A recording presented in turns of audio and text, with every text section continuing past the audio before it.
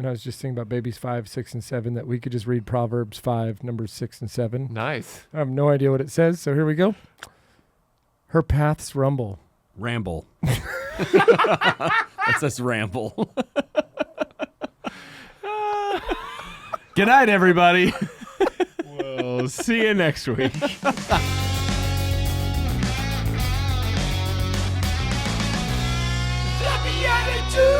Hello, BeatiDudes worldwide. That's right. We've got tens of fans all over the globe. Welcome to the podcast for Christian men seeking to grow in holiness while learning from and with each other as we walk arm in arm on the way to eternity through authentic fraternity. My name is Paul Kolker, and I'm joined, as always, by my co-host, Nick Besner. Yo. And he is highlighted yellow and ready to be seen by the world, Jeff Scheffelbein. Highlighted yellow and never mellow. So I wore this shirt in honor of our guest, Brad Linder, and his Get You in Shape logo, because if you ever watch this man drive around town, he's the brightest Jeep. Like, if you're watching and you see my shirt looks dull compared to this Jeep, that when it turns the corner, everybody gets blinded by this giant highlighter Jeep. I mean, that thing's amazing. Yes. So this is in honor of you and your audacity to live boldly. That's right. Well, so that's it. We're back with Brad Linder talking about all the... Yeah. No, it's all right, Jeff. Just go ahead and when step I on look my at you, intro. I see yellow coming off of your face. I'm trying not to make eye contact with you for that I'm reason. throwing off the shadows of your face. Blinded by the light. And so we are back. Another word for light would be lucid. Lucid yeah. Privacy offices. Yo, I'm wearing a hat that reminds me of the greatest place to set up a studio or to work or to even just have coffee with people near you. LucidPrivateOffice.com. Thank you very much for being here with us at Lucid, Paul. Jeff, did you just want to do this intro? I forgot to say Lucid in the last show, and I feel like our contract is under review. Well, we're back with Brad Linder. And if you didn't catch the last episode, he talked about all things fitness and how fitness affects our faith, our mentality, the emotional side of us, or vice versa, how those can play together or not. And he also talked about the why, the reason behind it, the so that leads us to want to get in shape or stay in shape, maybe for kids and grandkids and all of that good stuff. But speaking of, we're going to talk to him a little bit about his family because, well, you have a lot of family. A lot of family. Is that correct, Brad? That is correct. Yes, we've got 7 kids. Yeah. So got married in 2007, and it did take 4 years of trying, and God at some point said, okay, my wife did have endometriosis, so found out by blessing she had to have surgery 7 days, and that can be a long story as well.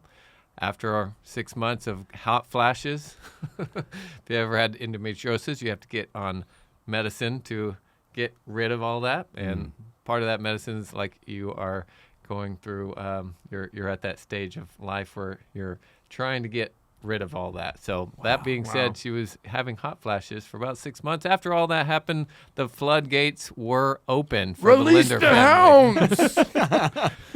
hounds! Babies galore. God had a good plan for the Linder family. So yes, we had in 2001 we had our first baby, which was a boy. We had 4 girls, and that would be 5 if you're doing the counting. And then COVID hit. Being a independent owner of a business, COVID was a little bit different back then. It wasn't, hey, let me just eat and watch Netflix all day. It was, let me try to survive with our independent service-based business. And during that time, the first 2 weeks, we found out that we had, I will back up. Sorry. We Fast had rewind. three kids, and when me and my wife got married, hey, let's have 4 kids. So that was the plan. Going to have 4 kids. That was the plan. And baby number 5 came, got a text from my wife, and sure enough, it was not a good text. We prayed about it, and long story short, we were not very thrilled with baby number 5. I'm just saying this is as a man of faith. It was not good. Just understanding, here's what God has given us. 4 great kids. We have a good business, but at the same point, we only have how much money we're getting. And so money and finances, and just long story short, we're not wanting number 5. We had 5, great, very happy. COVID hit. I just went through the story. We found out number 6. And let me just tell you, with all the other stress How was happening, that text? let me just tell you, with all the other stress happening with COVID and figuring out if our business was going to survive, and we have 5 kids, it was a surrender to God.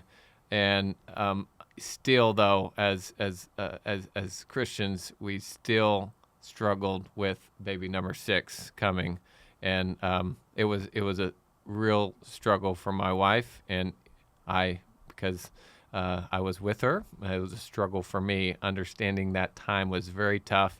So fast forward, we get number 6, baby Luke Andrew, a huge blessing. I mean, if you see Luke, you know he is just straight light. Everyone loves Luke. He's smiling. He is the party, life of the party. God has great plans for him. But again, we did not want Luke. Just kind of saying, as just to be real, and then sure enough, we're done. We're finished. And sure enough, God has different plans. And by the way, especially with folks with large families, you always get asked, you know how those are made, right?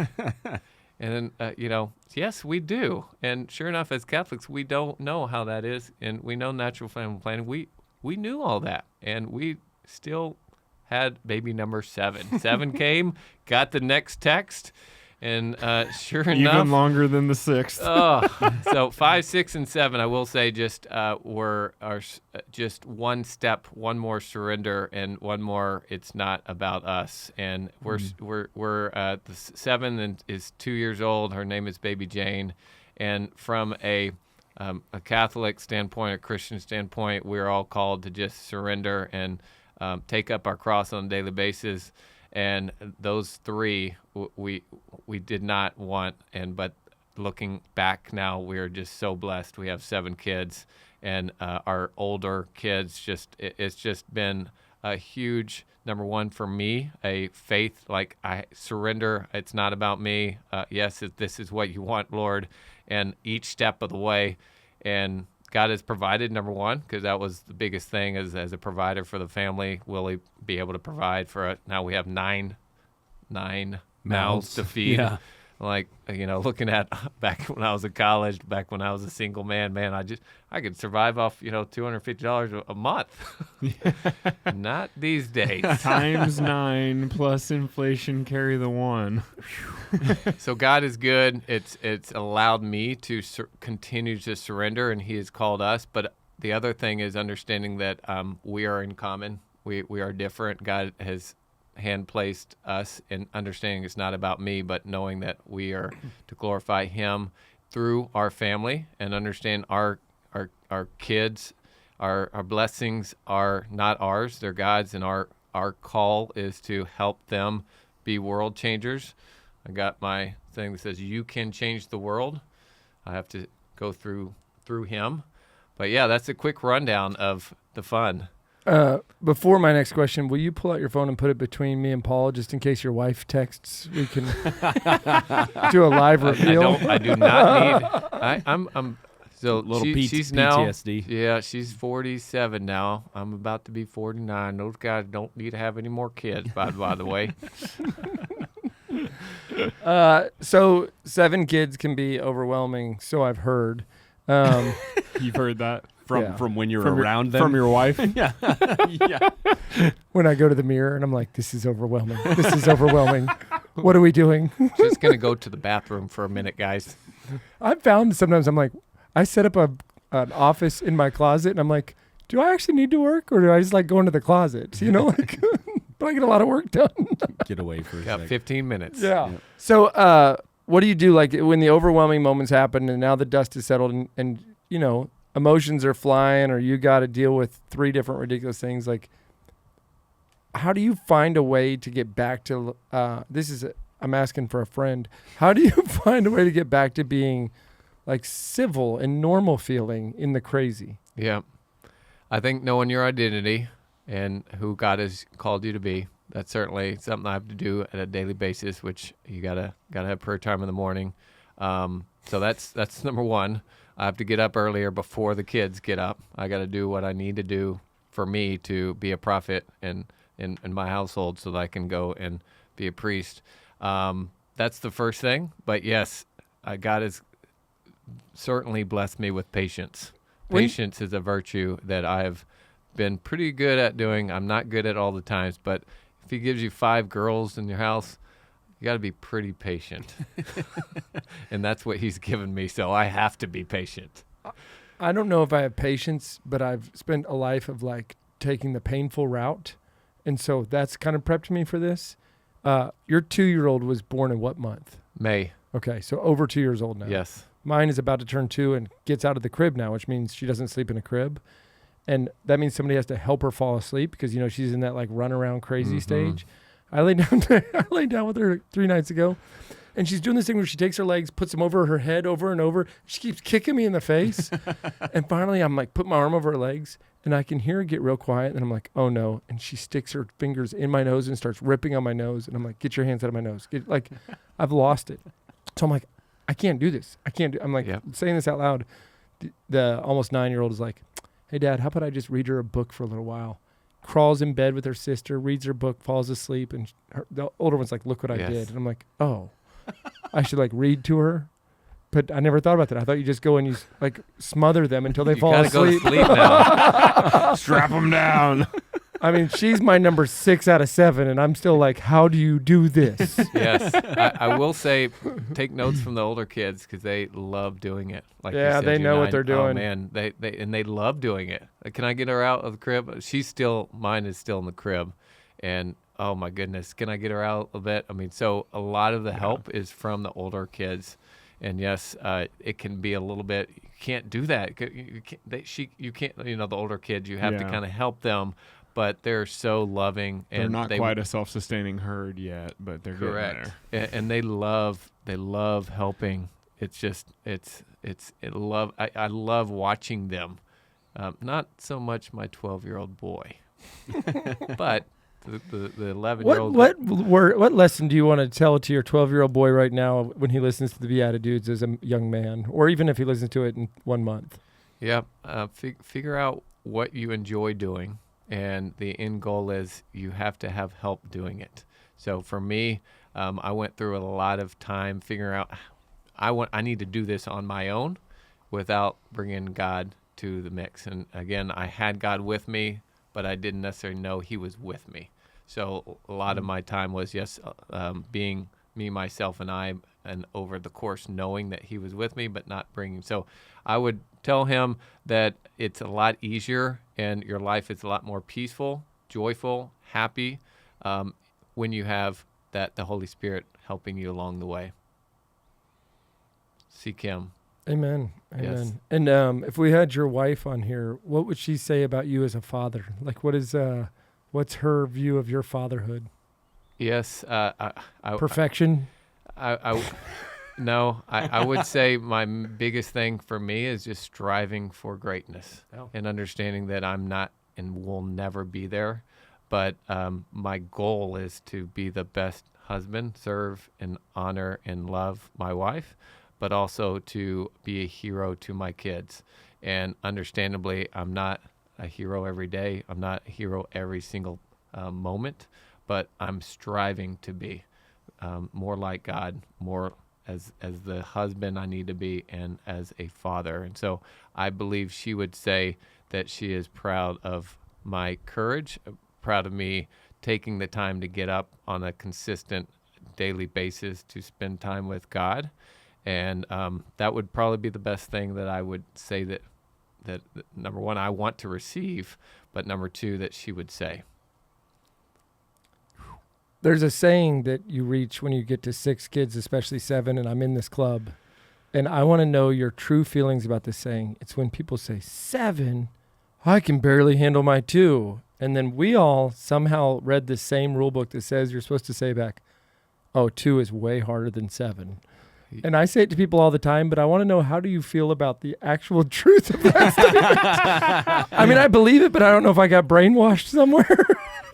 I will say one. If you just had one, it would Very be hard. very tough. Yeah. Two close in ages are much easier because they're going to play with each other. Mm-hmm. But now that we get 4, 5, 6, 7, it truly is. And as they're getting older, this summer was much better than last summer because our 1-year-old last summer is now 2 years old. She's moving around more. She's not as we're not having to put all hands on deck. And we don't have to have all hands on deck, at least me and my wife, because we've got older kids. Oh, Jane's doing this. Jane's doing this. I don't have to. We don't, like on the weekends, we don't necessarily have to be with them 24/7. And so what I would say is, number one, there's a fruit in, if God willing, you're able to have more kids, there's fruit in that. But number two is, yes, it actually does get easier. And as they're getting older, understandably, the fruit is not necessarily in this time, which we love this period, but I'm really excited about what's 15, 20, 30 years from what the fruit of everything that we're doing through God is going to lead to, and the fruit of what God is going to do through our 7 blessings. Yeah, that's like always my prayer. I want to be able to see that part. Yes. This part is incredible. You don't want to skip it. You don't want to live in the future. You don't want to live in the past. You want to be in this moment, right? But at the same time, I really hope I get to see that part that's like the payoff for the craziness. A lot of upfront investment. A lot of upfront investment. Not about you.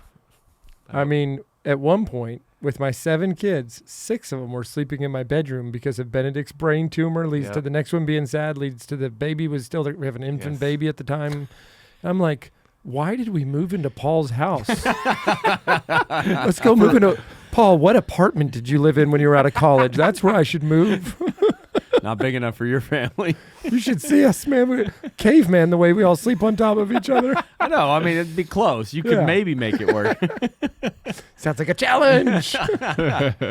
Oh my goodness. No, but I also love when you're sharing the story about the revelation that you were pregnant with number 5, number 6, number 7. That just the honesty of that, because I think a lot of times people, how am I trying to say this? I think sometimes in the Catholic world, Christian world in general, but Catholic world specifically, we can just get into this place where we think, oh, well, we should just automatically kind of love everything God sends our way and be totally fine and open with that. And it's that should thing where I forget who told me this, but and little ears maybe won't get the pun, but don't should on yourself, right? That basically just be as honest with yourself. Now that doesn't mean that you don't try to conform yourself to God's will in that process, but that whatever your first reaction is might just be your first reaction, right? And so you take that to prayer. You don't try to pray from this place of,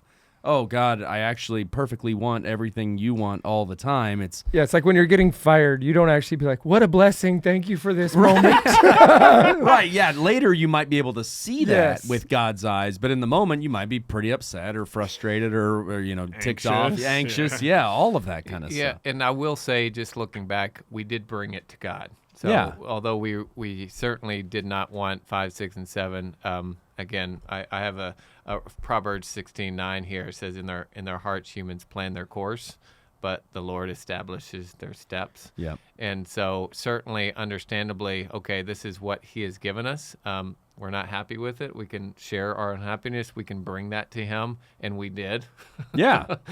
But the other part of that, the side now that we're 2 years out, understanding like it is a part of our story, it's a part of our testimony, and I truly know that it's a part for me to glorify God and bring His presence into others and our story into others as well. Yeah.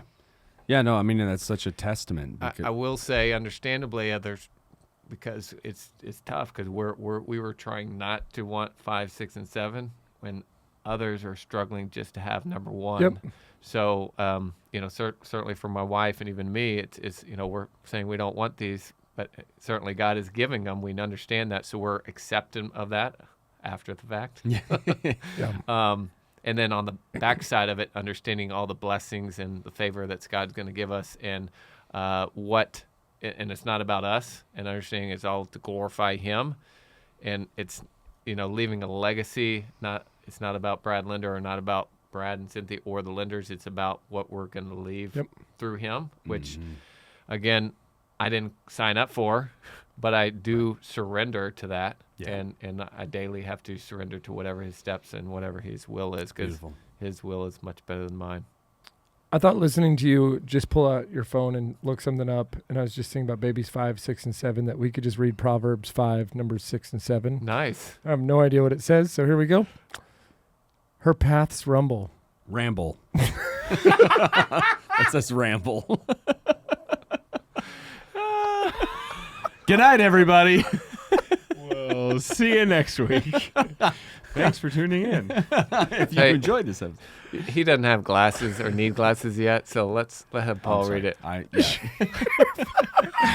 right, well, Jeff recovers. All right, hold on. Here we go. I'll fill space with a joke. Yeah, Let's hear it. Well, I was just gonna make a play off of Brad's name, and he was reflecting on his discernment path, but he never once worked at a bank. He was never a lender. He was never a lender. Although my dad Although is. he was always a lender. Although my dad is. Oh, Can we read this together? Sorry. Yes. Okay. Her paths ramble, you know not where, lest you see before you the road to life. So now, children, listen to me. Do not stray from the words of my mouth. That's pretty Nice. powerful when you use the right words on the page. Rumble. Her paths rumble, you know not where. This Sunday. Rumble. Okay. I like this Proverbs roulette we're playing. Yeah. Okay. You're a blessing to us. You squeeze that thing one more time. See us. You get us on the strength-o-meter. But listen, you got to use this leverage. You got to really get those knuckles. Yeah, don't flat finger it. Okay, so Brad is going for his all-time high. He got a 91.5. I almost beat Nick. I think he got 96. Well, do it, Nick, because it's actually telling us what you're going to live to be, how old. Oh, I should have squeezed harder. Wow. I should have squeezed so much harder. Glad I invested in that Okay, here we guy. go. Oh, no, 69.8. Start working out now, buddy. Yeah. Man, we got some work to do. No, I purposefully didn't squeeze this. Well, me too. Yeah. 92. Okay, just as long as I outlive Brad. That's respectable. I do understand you got to keep doing it. Yeah, you got to keep going on that. That's This the is secret to life. 93. Okay. Squeeze that. And when life gives you a lemon squeeze-o-meter, just keep squeezing it. We've said that for a long time. Everybody knows that. It's written in cross stitch above the door. All right. We love you, Brad. Thank you. Yes. And people that need to find their pathway in life, whatever that may be, can go to getyouinshape.com. Yes. The interwebs. They can go on all sorts of... You're on TikTok even? I am, but it's Brad Linder. I haven't figured out Get You in Shape yet. Just my name. I I love... don't necessarily do the TikTok too much. It's a 49-year-old man on TikTok. Yeah. Unfortunately, as a business owner, you got to kind of do everything. Yeah. So LinkedIn is number one. Then we've got Facebook because Facebook is Facebook for as far as I don't know. It is what it is. And then, but TikTok is one thing I know I should be doing more of, but I don't do a lot of. What is it called? A reel on TikTok? What's it called? A video? It's A a talk. TikTok. It's a a TikTok. TikTok, It is yeah. a TikTok. Yeah. All And a right. reel on Instagram All right. because they all just copy But- each other. TikTok may be illegal by the time this comes. I don't know. Yeah, we'll it's just see. always in the news of They're still talking about Yeah. it, kicking that around. Yeah. Yeah. Well, I haven't gotten loads of clients calling my name because they saw me on TikTok. Yeah. It's like, we like YouTube. Let's just make the algorithm like this show. We That's like it. YouTube. YouTube is the YouTube. best. Yeah. For firebreakerseries.com. Okay. And Lucid private offices.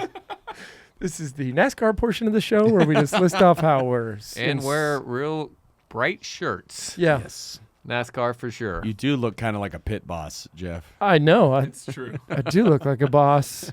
No. Did he say that? So close. Well, I'll tell you what. Look at those. Okay.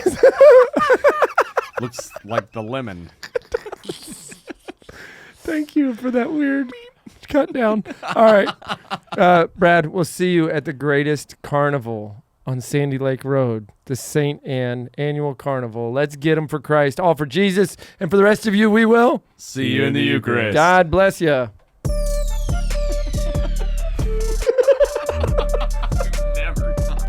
Thanks for tuning in. If you'd like to join us at our undersized table, subscribe to the video version of the show on YouTube by typing @ that's the symbol @ so shift and 2 on your keyboard, @ the _ BeatiDudes on YouTube. We'll see you there.